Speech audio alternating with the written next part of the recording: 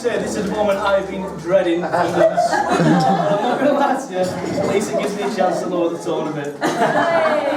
I'm not, like I say, I'm not going to lie, I'm a little nervous, but they do say that doing a best man speech is a bit like being on a nudie speech.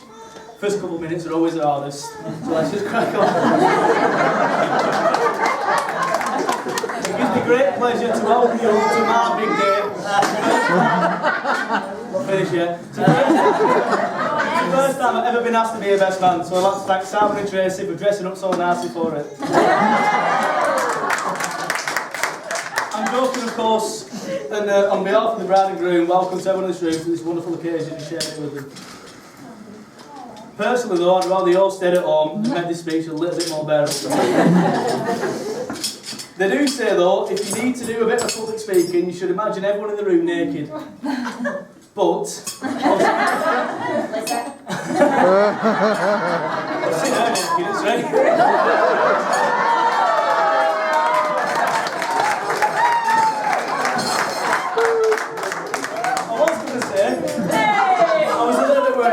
Too excited and text off the dial. In your dream. For those of you who don't know me, my name's Joe. And Simon, I'd like to take this opportunity to thank you for choosing me as your best man. Although looking at the rest of his friends, I'd say it's clearly the best of a bad bunch. Having said that though, I nearly didn't bother coming today. When the Premier League fixtures were released and Burnley were due to play Chelsea at home, I had a very tough decision to make. I even experimented with doing Scarf best man speeches and stuff. Luckily, they moved it to Monday. So I didn't have to make that decision. Hold on, I've lost my notes. It really is great to see so many of you here today though. It really is amazing to see how far some people travel just to excuse to get paid. And can I just take this opportunity to thank the parents of the bride and groom for making this wonderful occasion possible.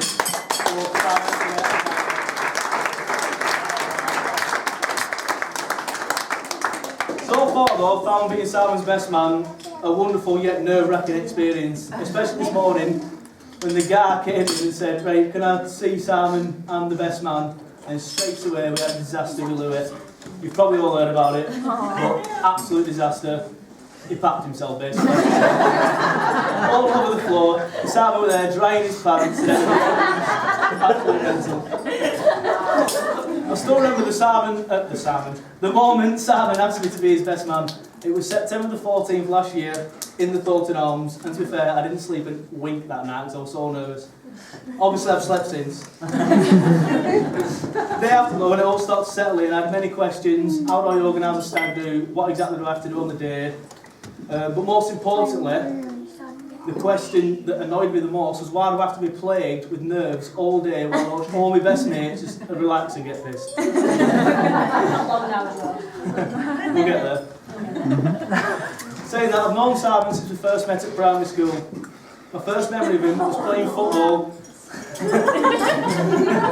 My first memory of him was playing football in the schoolyard, in the net, on his little blue mat, which obviously prevented him from breaking his leg.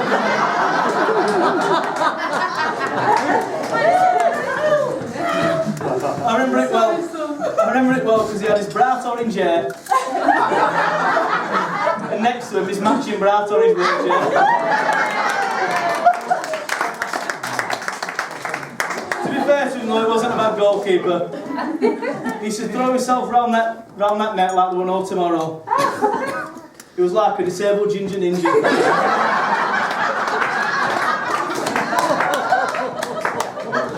I've always admired the fact that Simon's always found a way to football. He even went to my school college with the rest of the lads.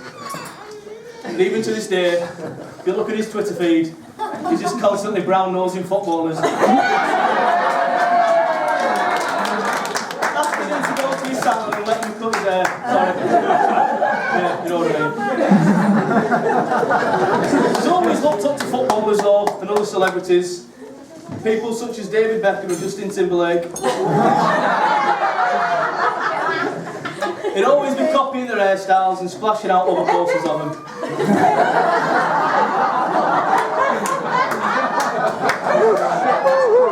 That is cool. Alexander. His most unusual fashion icon has to be his very own mother. Once, me and the rest of the lads going out to Simon's house. We went round about 10 minutes earlier than planned. And he was there at the top of the stairs wearing his mum's wedding dress.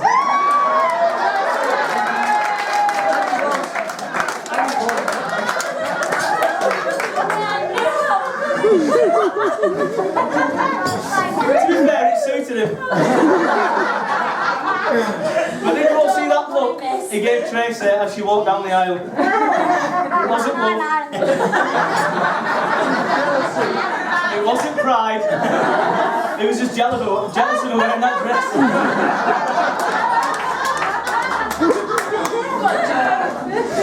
As you're all aware, Simon works as an hairdresser. I love this bit, Alan.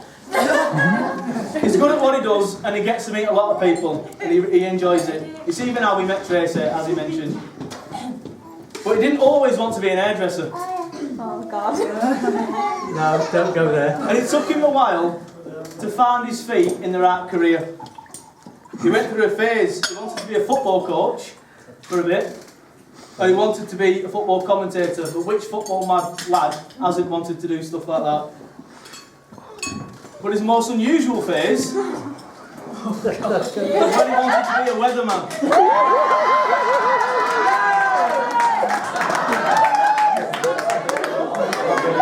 Oh, you don't know about this one, do you? Right, the weatherman. Got the video!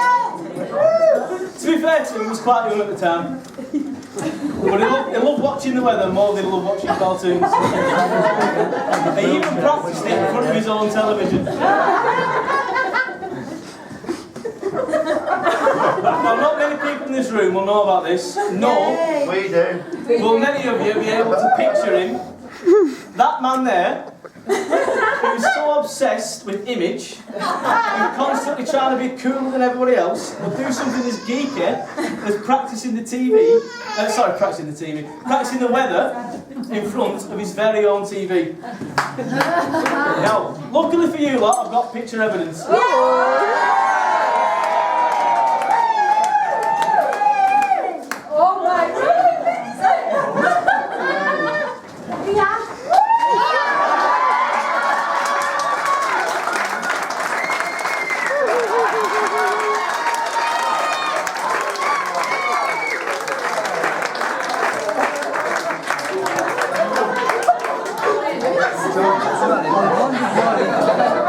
The newspaper things for it. It was all over the house.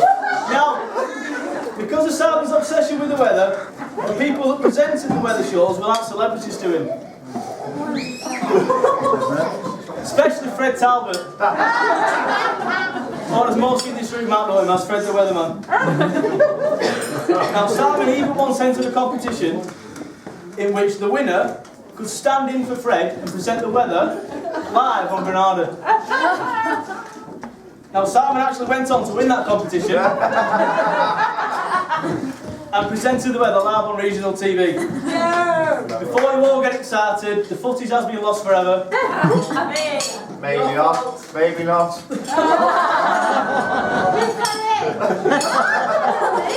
Well, if you've got it, then fair play, but I even ran Granada this week. And apparently they don't store the weather footage. And they have no record of it in the archive. But yet again, thanks to the Mail Express, I have more picture evidence.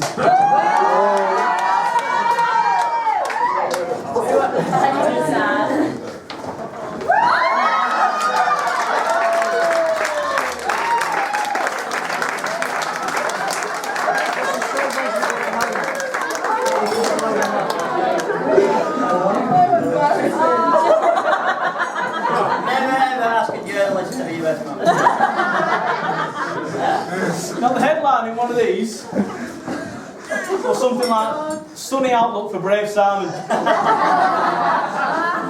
Personally, like Simon just mentioned, I'm a journalist. I'd have probably gone for "Weather on Wheels."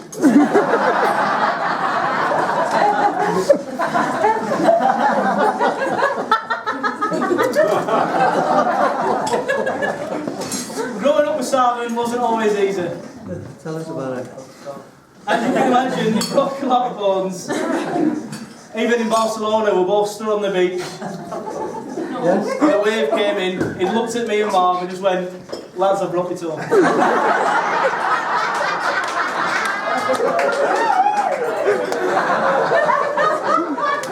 And that's true. But the most memorable break has got to be, I think Sandra mentioned it, when he broke both his legs playing football on town the AstroTurf. No, he wasn't playing football. He was. He said. It was an absolutely horrific break, so bad that both his legs had to be reset. It was horrible. But that's not why it's so memorable. That's because when Sandra found out that he broke both his legs playing football, she was livid. And she bothered every single one of us. And if you've ever been on the wrong side of Sandra, you remember it. As Simon grew older though, his condition began to bring its advantages. Especially when he passed his driving test. And we could park wherever we wanted.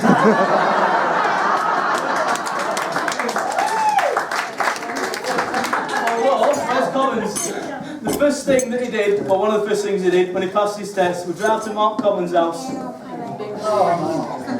and paint a football pitch on the grass in gloss paint.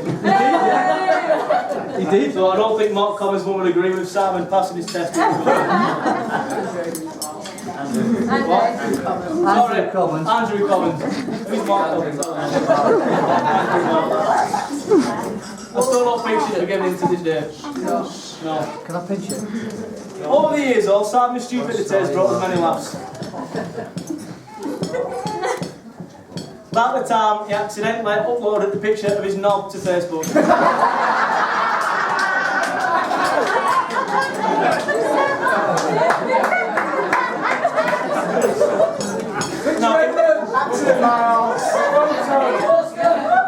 If you think about it, it wouldn't be that bad because he had his phone out and he was trying to upload pictures of Louis and he accidentally pressed select all. So select all, it wouldn't be that bad, nobody could see it. But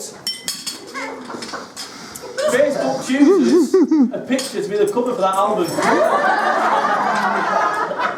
And it happens to be the picture of Simon's knob. And again you might think, oh well you can just say it's not my knob. But Simon's got a very distinctive tattoo on his hand. Simon was holding his knob like that.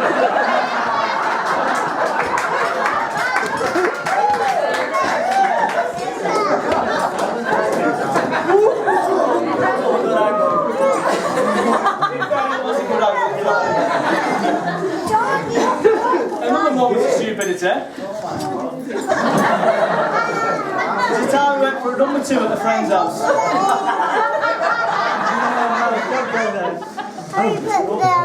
And it wouldn't flush.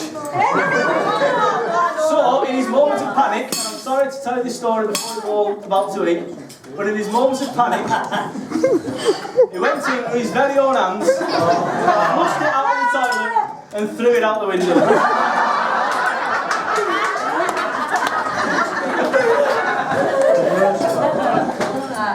Well, to be fair, there's thousands of stories like that will be here all day.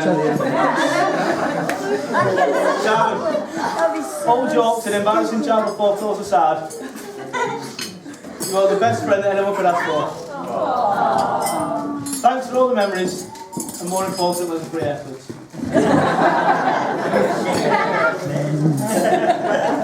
We've been friends for the majority of all our lives, and I fully expect us to be friends until we grow up.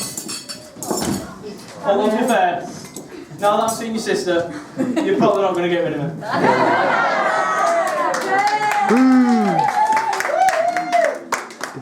Don't worry though, Simon, I'm sure you make a great uncle. Let's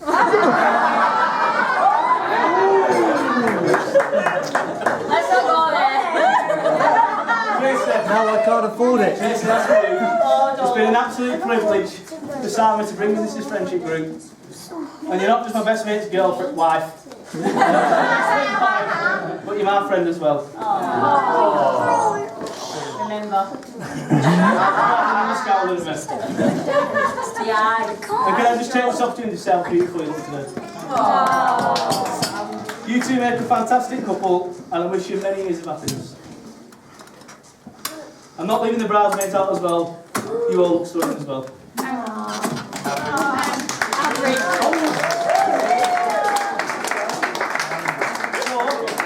On behalf of everyone in this room, I'd like to thank Simon and Tracy for sharing this special occasion with us. And now, if everyone would please stand and raise your toast to the newlyweds, Simon and Tracy, the new happy couple, Mr. and Mrs. Townley.